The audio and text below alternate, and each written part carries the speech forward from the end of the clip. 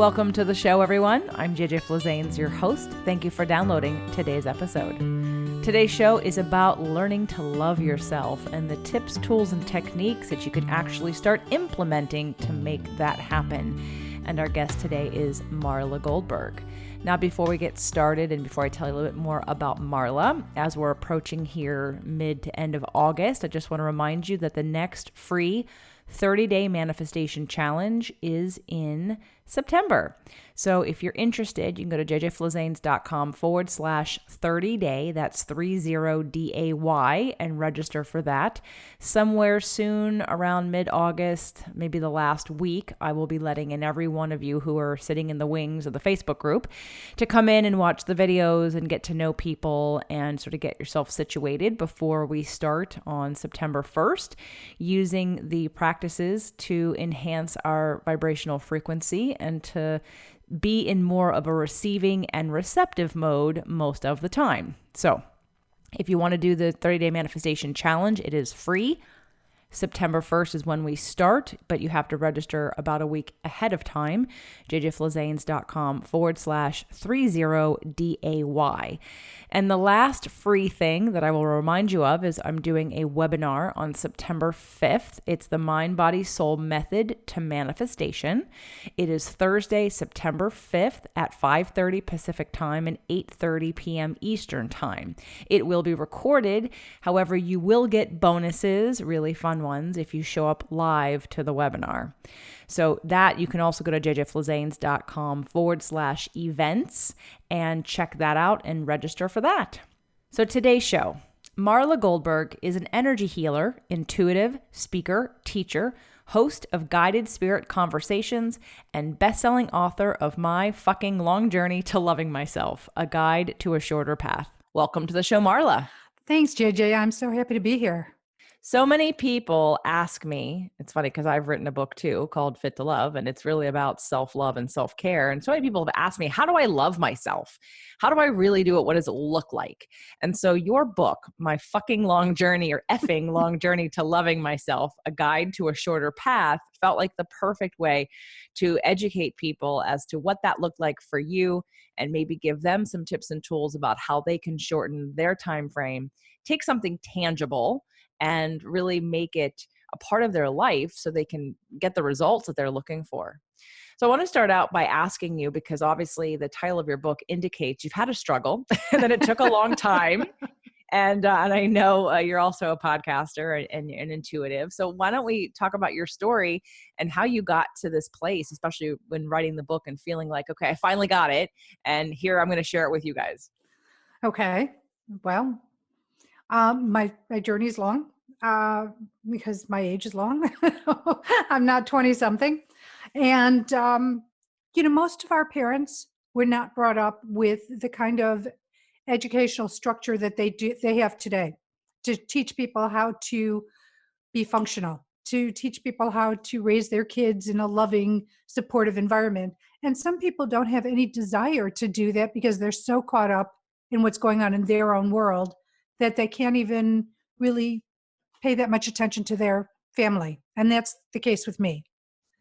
And so my journey is one with obviously dysfunctional upbringing. And I was engaged at a young age, and that broke off. And that sort of solidified some low self-esteem issues I had and self-worth issues. And so I became a magnet for every unavailable relationship that came to me, whether it was emotionally, physically, mentally, whatever it was, it came to me. And I didn't realize that it was coming to me because I had I thought I had high value for myself. I thought I loved myself and took great care of myself. But when I look back at my choices, my life's choices, they weren't good. They didn't serve me well. And, I finally hit rock bottom during my first marriage. And during that marriage, I was married to a man who was an alcoholic and an abusive one. And I just hit the lowest place. I just couldn't see living life like this anymore. And it's like, what do I do? And I went to a women's conference. And it was during that women's conference that I met my first spiritual teacher. And I started going to her school. It was a 3-year school, and learned 14 healing modalities.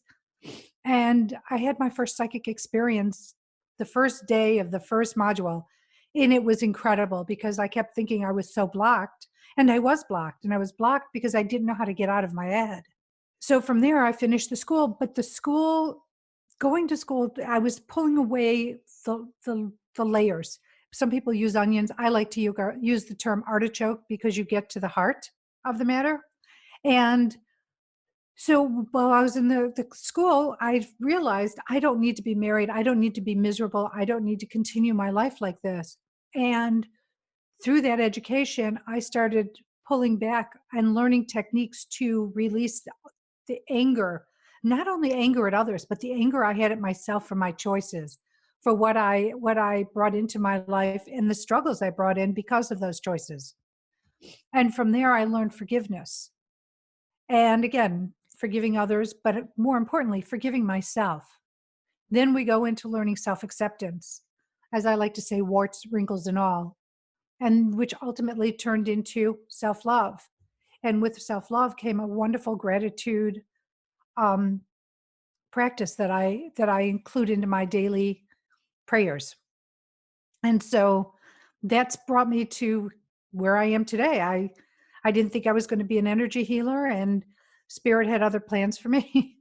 And one day I was traveling with my husband, and I heard this big booming voice say, "You need to start a practice. You need to start helping people." And I turned to my husband. I said, "What did you say?" And he's like, "I didn't say anything." And I told him what happened. And so starting my practice, I started, bringing more and more modalities, learning more things, getting totally involved.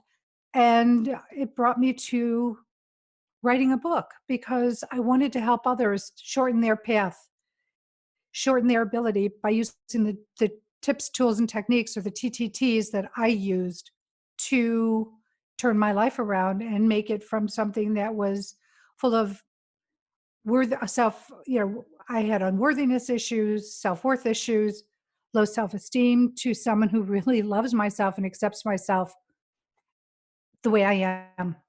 What I love about your story is that you kind of went from, let's say, victim, maybe slightly unconscious, didn't like your choices, and I'm not judging you. This is, everybody goes through this, to actually having that moment of not clarity, but connection with source or with God, with guides and with spirit.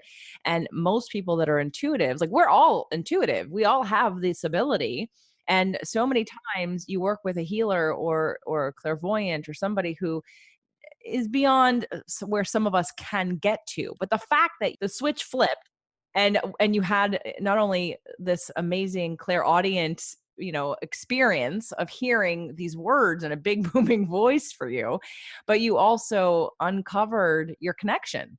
And so that to me is very hopeful for people to hear that, because too often we give our power away to intuitives and healers because we think, well, I can't do what you do. And everybody's different and gets different messages and has different gifts. And I'm not saying that we can do what everyone else does, but we all have the ability to connect. And I love that you established that later in life, where you were sort of in turmoil and you wanted to learn, and you worked with your first healer and first intuitive teacher and did this class and this program. And so thank you for sharing that, because it's really important for people to hear that we have abilities, we have the ability to connect all the time, and we can strengthen that and we can get better at it, and we can really uncover hidden gifts that we didn't know we had through doing this kind of work. So thank you for sharing that. That's awesome. I don't, of course, don't love, and I'm sorry for the things that you've had to go through to get there, but of course it's a gift, right, on the journey of self-discovery. And really, to any of this contrast really brings us to our purpose. And so you definitely feel like you're on purpose now more than probably ever before. Would that be accurate? That's so accurate. And when you mentioned the gift, once I realized that everything that I had to go through was a learning experience and it was for growth, though I chose to go through it the hard way. Now, everything that happens to me that I might have some, that isn't peaches and roses and lovely balloons and unicorns, I look at it and the first question that comes to my head is, okay, what am I supposed to get out of this situation? What am I supposed to learn? Where's the growth? And I start from there. And then I move into dissecting it in a way I never used to do. So you talked about these tips and tools, and now that you're dissecting things and have this different awareness and different tips and tools, let's talk about some of your favorite tips and tools. Okay, so one of my absolute favorite, and it's a mantra for me, is clear, delete, and it gets you focused on the way you speak, the way you speak to yourself, the thoughts that go in your head, the way you speak to others, the way you project out to others. And so you want to clear and delete those before they get into the ethers. Because what happens is you sit there and you say, "Oh, I don't like that person. I hope they trip, fall, and break their arm." Well, and I'll clear delete that 3 times. I'll clear delete, clear delete, clear delete. And you don't want to put it out in the ethers because it comes back to you like a boomerang, but it comes back at you harder than what you threw out. And so for me, it's really important to try to keep my thoughts with a high vibration. But I'm human. And so I do have moments where uh, I'll think something and automatically I'll go, no, clear delete, because I don't want it to get out into the ethers. And there had been times I've been doing this practice now for over 12 years. And there are days it's a mantra that, you're just having one of those cranky days and you think something and it's like, I don't want that out there. And you go into the clear delete and you say it 3 times. And then something else comes up and you clear it. And you just, I mean, if somebody was in my head, they would laugh some days because that's all they would hear is clear delete because of everything that else is that's going on. So that is one of my absolute favorite uh, tips, tools, and techniques. And it's everybody can do it. They don't have to wait for a private time because our thoughts go out all the time. We speak, we say things to people, about people, or we project things onto people. And so it's just paying attention to what you say and realizing that it's a negative something and clear it before it comes back at you.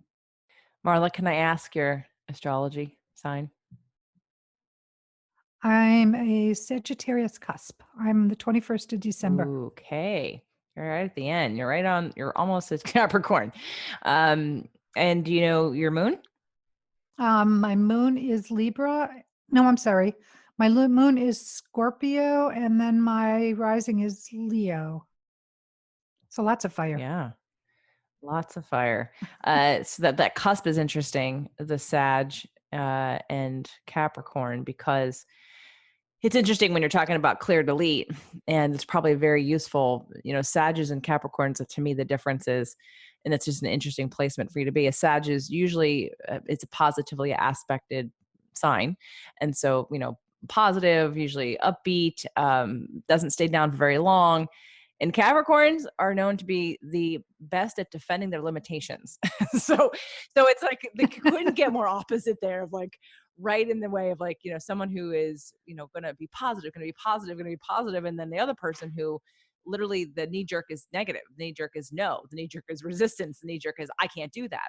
So, and just find that fascinating. I asked that because I wondered also if there was any Gemini from the clear delete you said, or if you had any air in you because of the, what's going on in your head. Anyway, it's just always fascinating. I'm always curious as to the energies people bring, and again also in how to learn those lessons, and the fact that you have Sag in you and you appreciate higher learning and truth seeking is also what probably prompted you to take a 3-year course and right and really get into all of this, because some people might say, well, geez, that's a long time and what am I going to do with this, and but Sages love higher learning and truth seeking. So anyway, as I digress, so now so we have the clear delete. And so what's another favorite technique and tool that you think would really shorten the time for people to embrace and love themselves now?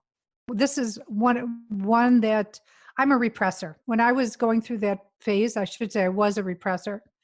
I would be like Scarlett O'Hara, like, no, no, I'll worry about that tomorrow. And I paraphrase that. And so I would push everything down and just, try to get on with my life. Well, you can only push so much down. It's like putting something carbonated in a bottle and shaking it, it's going to pop the cork. And so you don't have to pop your cork. Instead, I grab a kid's bat, and I personally have a massage table that I used to do work on, but you can do it on a mattress, on a sofa, make sure everything is cleared away. and you take that bat and you hit that mattress with as much might as you can. And while you're thinking about what you want to release, and you let it go, and you just hit that bat. You don't need to do very long before you're going to start feeling things coming up and out. And the only thing I invite you to do is, when you start feeling these emotions coming out and you need to scream or you need to cry, do it. Don't repress it back in. It's out of the bottle. Let it get out, because then it's just very cathartic feeling. And you'll find that you'll start releasing and you'll feel better. I've been talking about that more recently. Did a live coaching on air session, was interviewed today on someone else's show. I like more and more when I've talked over time, because I guess I thought, oh, people know what I'm talking about when I say you need to release, you need to release, you need to release, you need to express your emotion. And I'm like, oh no, people don't understand what that means. I'm like, people, you need to cry or scream or both. Like, I have now gotten super specific, and I'm like really hitting people over the head Yes. with it. Like, you are not expressing or releasing unless you are screaming, crying, or both. So thank you for saying that. Or or Right. hitting something, or Right. hitting Definitely something. that Yes. physicality can trigger. I had a situation that happened to me years ago. I had a boyfriend who something had happened and I was really angry, and I was in the middle of a workshop, and I was one of the volunteers at the workshop, and I took a friend of mine and I went into the bathroom. I was so angry and it was bubbling up over me and I couldn't focus. And I said, will you come with me? And she said, sure. And we walk into the bathroom, and I was so on fire, and I took a cushion off of the seat in the bathroom and I said, please hold this. And I kicked it or punched it 3 times. And it was literally only took 3 times. And I let a little bit of sound out on the second one. And by the third one, the tears burst out. I released everything. We quickly talked about it. And then I was fine. And it was like literally like what happens when you have gas or when you have a burp. Like it literally came up and out. And then I went back to the job I was doing, and I was fine, and I got it, and I felt great, and I was back to being normal. And so often people don't realize that if they're not expressing what goes on inside of them, then they're trying to hold down that bubble or that burp or that gas all day long. And now you're Right. completely distracted, like you're not even present in your life, because all you're doing is trying to hold back what naturally wants to come up and out. So definitely the beating of with the bat, I've had a couple clients work with that too, and I find it very effective. I have a punching bag I've used in the past where I'm so angry and I'm trying to go to bed, and I'm laying there thinking I am not going to sleep because I am so awake because I'm so angry. So I went out to the garage and put my wraps on and beat the punching bag until I let it out so that I could actually go to sleep at night. Anger is not something you're going to be successful at trying to quelch and go to bed. Like, if you're angry and going to bed, sorry, you're probably not going to get to sleep. So I love that one, definitely. I want to go back to this idea of loving yourself, because while these are awesome tools for people to express what's going on with them, let's talk about the idea of loving yourself. Let's talk about, because for some people, Okay. they don't know what that means. Like, they think about it and they go, what does that mean exactly? So can we define that? Sure. Of course we can. So I define it: loving yourself, accepting yourself. When you accept yourself and you're not critical, you know how we walk around and we go, "Oh, I don't like my hips. I don't like my calves. I don't like my thighs." That's not loving yourself. When you make decisions that are counterintuitive, that don't serve you well, and you do that over and over again, that's a sign that you're not loving yourself, because you're not focusing on making choices that support you. You might be comfortable because you've only made these decisions for so many years. But once you're able to realize that you're beautiful inside and out, and I'm talking about the duality as well, because we all have two sides to a personality. Not everybody's not cheerful and giggly and smiley 24/7, 365 for however long they're alive. We go through ups and downs, and we go through them because they're learning experiences, as I mentioned earlier. But it's then coming to the point where saying, yeah, I have a temper, but it comes out when I need it to because it serves a purpose. And you accept it instead of fight it. I remember one time somebody told me I was aggressive. Well, I looked at myself as assertive when I was a serial entrepreneur in my, well, I still am, but in my early career. And I was very, very offended by it. But then I realized later on while I was going through this process that I did it only when I needed to get something done, or when somebody promised something for a client, that I was doing because I was a event planner, and they weren't meeting their obligation, and I had to step in and put on my suit of armor, so to speak, and have to be aggressive or assertive, whatever adjective you want to use, to get what I needed to get from my client. It wasn't great for me, but I did what I had to do because I was a representative. I was a liaison. And so um I realize that even though something may be perceived negative, it really doesn't always have to have a negative connotation if you look at it for the purpose it's serving. And learning how to accept that and bring that into the fold and love yourself physically, learn to love yourself physically. And that's mirror work. You had talked to me about some tips, the TTTs, but it's looking into the mirror. Whether you do it, you look into your eyes and you say affirmations, or you get stark naked and look at your body and learn to say, I love my thighs. I love my hips. I love my butt. I love my stomach. Even if I had 13 rolls, I love it because it's me and who I am. I love my heart. I love my eyes. You just go through, whatever areas, and especially the ones that trigger you, and really learn to love and embrace them and say it out loud while looking at yourself. And sometimes at the beginning you might cry because it's so hard to do. But if you can get past the point of resistance, then you run into the point of acceptance. And when you start accepting, your heart starts opening more because you're not like bouncing off a brick wall. You're now flowing. I'm glad you brought up the resistance piece because we'll say, well, I don't feel like doing that, or I'm really afraid of that. And as we have discussed on the show multiple times, I think it started with Harville Hendricks in the episode about your relationship explained, that we have to perform a behavior we have resistance to for a certain amount of time, whether it be 30 days, 60 days, 90 days, until we create new neural pathways. It's that like we have to push through that to have a different relationship with it. And too often in this area, things like fitness or exercise or self-love and accepting ourselves, we have so much resistance. We're unwilling to change that, but yet we desperately want it to change, but we're unwilling to do the thing we need to do because we're uncomfortable. And so I think this is a great example, the mirror work with the body, with looking into your eyes. I know I can think of a couple clients right now, and you know who you are, who who could benefit from doing this and doing it, forcing yourself to do it, because the true healing is in changing those neural pathways and reprogramming yourself and accepting yourself, like you're talking about, really accepting yourself for who you are, regardless of what you look like or what you do or what you don't do, or like we have to start there in order for, and that was my whole point in Fit to Love. It's that the energy that we put into our self-care, most people do it from a position of self-hatred, which is why it doesn't stick, it doesn't last, we self-sabotage. I was doing it from a place of self-love and wanted more people to treat exercise and eating well and taking care of yourself and doing the things that you need to do from a place of respect and love and prevention, and because you love yourself, not because you're worried that someone won't hire you or like you or sleep with you or you can't fit into some external thing.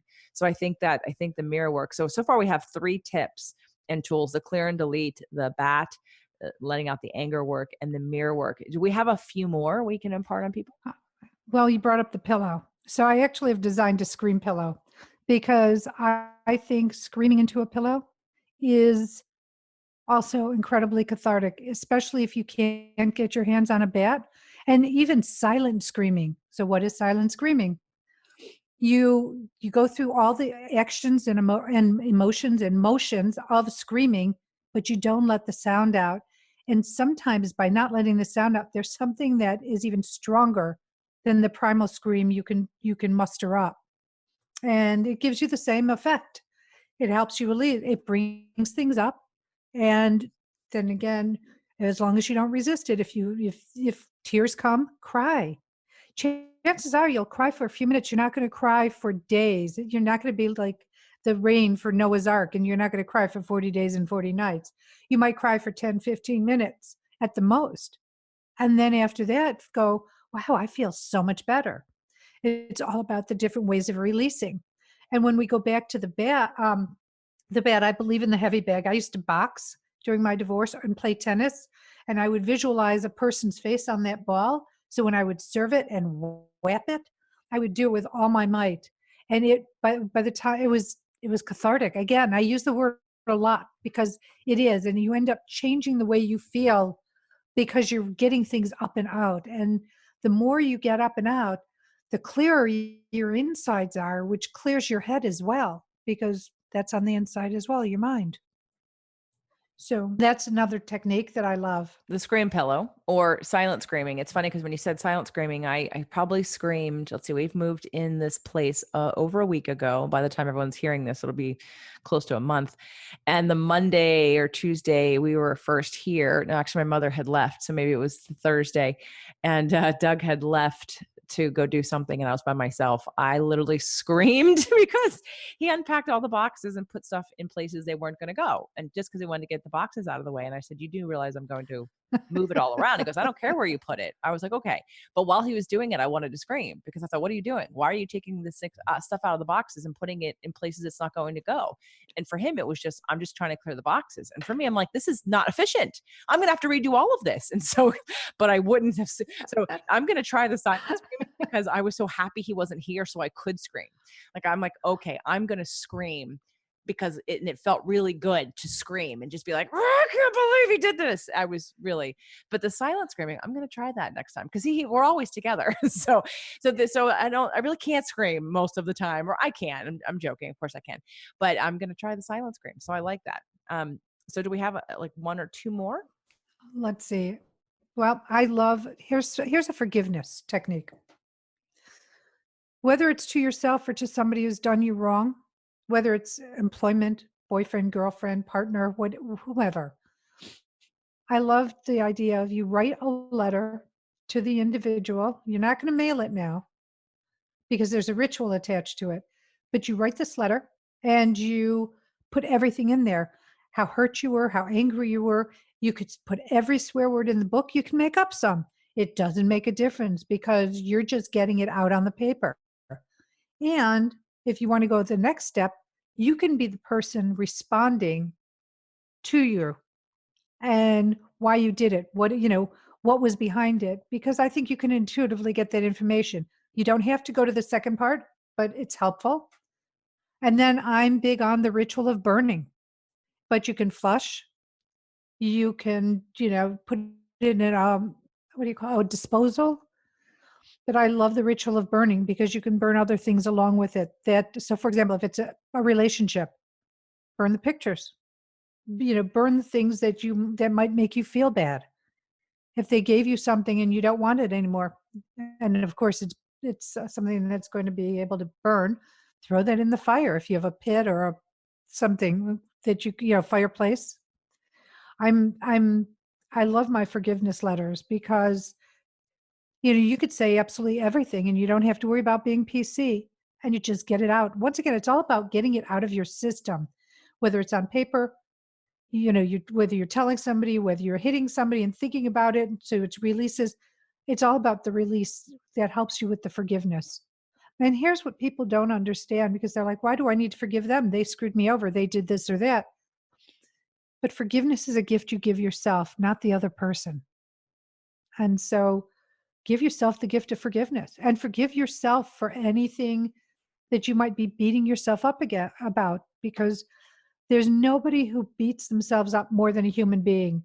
The way that people self-talk, you wouldn't talk to your best friend the way you talk to yourself.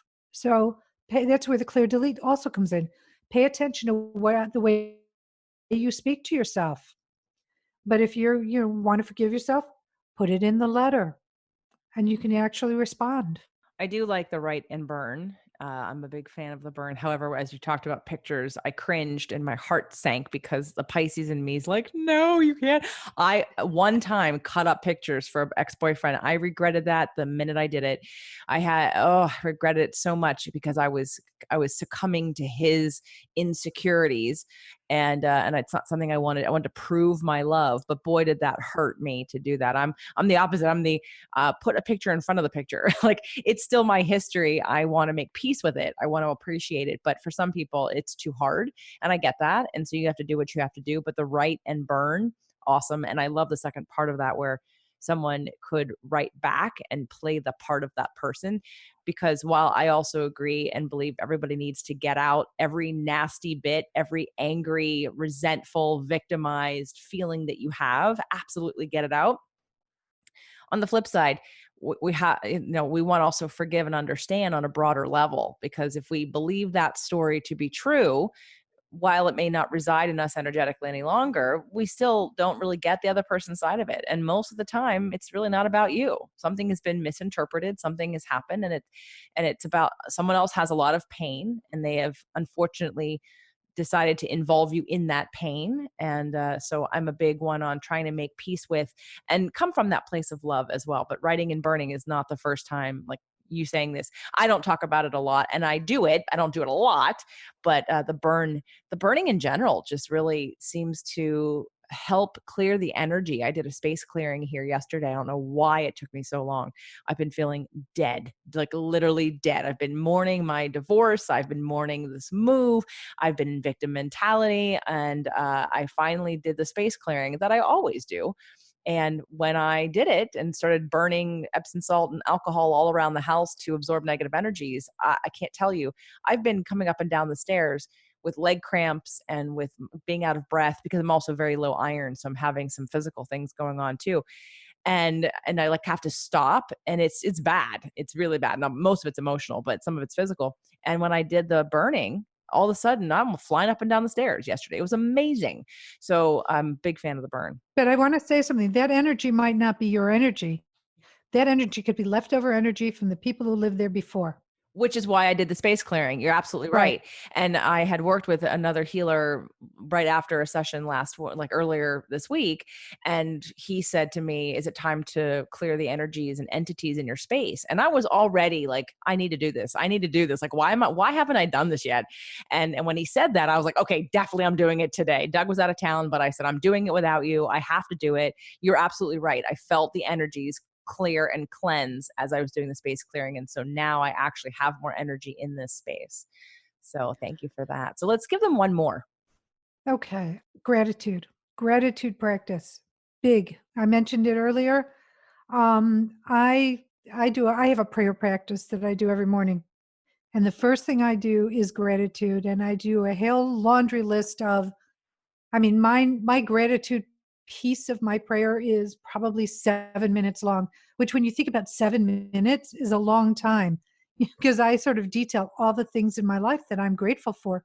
And I even go into, I'm grateful for the spiritual support I receive because we're all supported. We're all not aware of it. And we don't have faith and trust that we are supported. But I could be grateful for the hummingbird I saw this morning, or the crane, or the fact that my dog is 17 years old. Just everything. It could be, and if you don't have a practice and it's really hard for you to change your outlook to be grateful, start with something simple like, I'm grateful for waking up this morning. I'm grateful I have a toothbrush. I'm grateful I have a toothpaste, or I have toothpaste. I'm grateful for the soap that I use to wash my body and my face and my creams, or what I'm eating for breakfast. I mean, you could just go into the smallest things, or you can get bigger. Grateful for my experiences and opportunities that are coming to me. Grateful I wrote this book because it was not an easy thing to do. So I'm grateful that I wrote it. It's published. It's a bestseller, and I'm able to be on shows like yours, JJ, where I can talk about it and share my gratitude. So gratitude practice is big. And not only in the morning, you can do gratitude anytime. Again, it doesn't make a difference. You can do it while you're in the bathroom. You can do it driving the car. But going to sleep at night is another way of where, as you're closing your eyes, instead of counting sheep, start saying, thinking about what you're grateful for. What happened during the day that you're really happy that it happened, or happy about the lesson that you learned, whatever it might be. Grateful you had a wonderful dinner, or you had a great time with friends or your partner. And it doesn't have to be big, elaborate things to be grateful for. They could just be really simple things. I love that and agree 100%. And so let's talk about your book and let's talk about how people can get it and where they go to get it. And I see marlagoldberg.net is your website. That's MarlaGoldberg.net, marlagoldberg.net. And I believe you can buy the book there. You can buy the book here. You can buy the book on Amazon. Ingram also sells my book, and we're getting it out there to bookstores. So in the Chicagoland area, they're in Barbara's bookstores, and so we're just starting. It's newly released, so we're out promoting, and or I should say, I am out promoting and getting it as many places as I can. So let's talk about the book a little bit and what people can expect from it. Okay, so the title again is My Fucking Long Journey to Loving Myself, a guide to a shorter path. And what you'll get in the book is you'll read my story. But as I was writing the book, I didn't want to just be hanging out dirty laundry. I wanted to make this a book that would support and help people shift their life, to make their journey shorter to a place of happiness. And so I decided to put the TTTs, the tips, tools, and techniques in the back. But then what I decided to do was also illustrate where I would have put them in if I had these TTTs before I learned them, and where I actually did put them in and what I actually used that helped me turn my life from one of, I'll just, be very succinct, self-loathing to one of self-love. Well, I would invite everyone to check it out, marlagoldberg.net. The book is My Fucking Long Journey to Loving Myself, a guide to a shorter path, because again, like I said to you at the beginning of today's show, I've had a lot of people who said to me, how do I love myself? What does that mean exactly? Where do I start? And so if this can shed some light on that for people, I think it's well worth the investment to get the book, because if you're not currently loving yourself, here's a guide with tips and tools to do it. And let's just get on with it, people. Let's start loving ourselves. That's the whole point of why I'm doing this show. So I appreciate that. And also tell everybody about your podcast. So my podcast is called Guided Spirit Conversations, and it's an interview show such as this, but I bring on healers and metaphysicians, thought leaders to talk about their practices and what they do and how they help people. And in it, we offer tips, tools, and techniques from their perspective. They share a few in conversation so that it's something easily incorporated into somebody's life. And I also like to do a charity shout out. So my guests, bring in a charity that they like.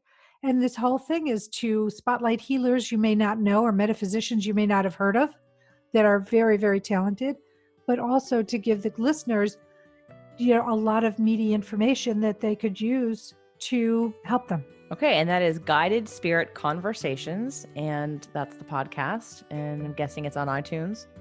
It's on iTunes, iHeart, Google Play, Stitcher. Okay. The usual channels, yeah. Excellent. Everyone check out Guided Spirit Conversations. You listen to podcasts. Here's another podcast. Marla, thank you so much for being on the show today and giving everyone your tips and tools. My goal is hopefully that people will learn how to, again, shorten the path, just like you wrote about in your book. And hopefully everyone will check out your book on marlagoldberg.net. Thanks, JJ. It was great being here and love talking to you.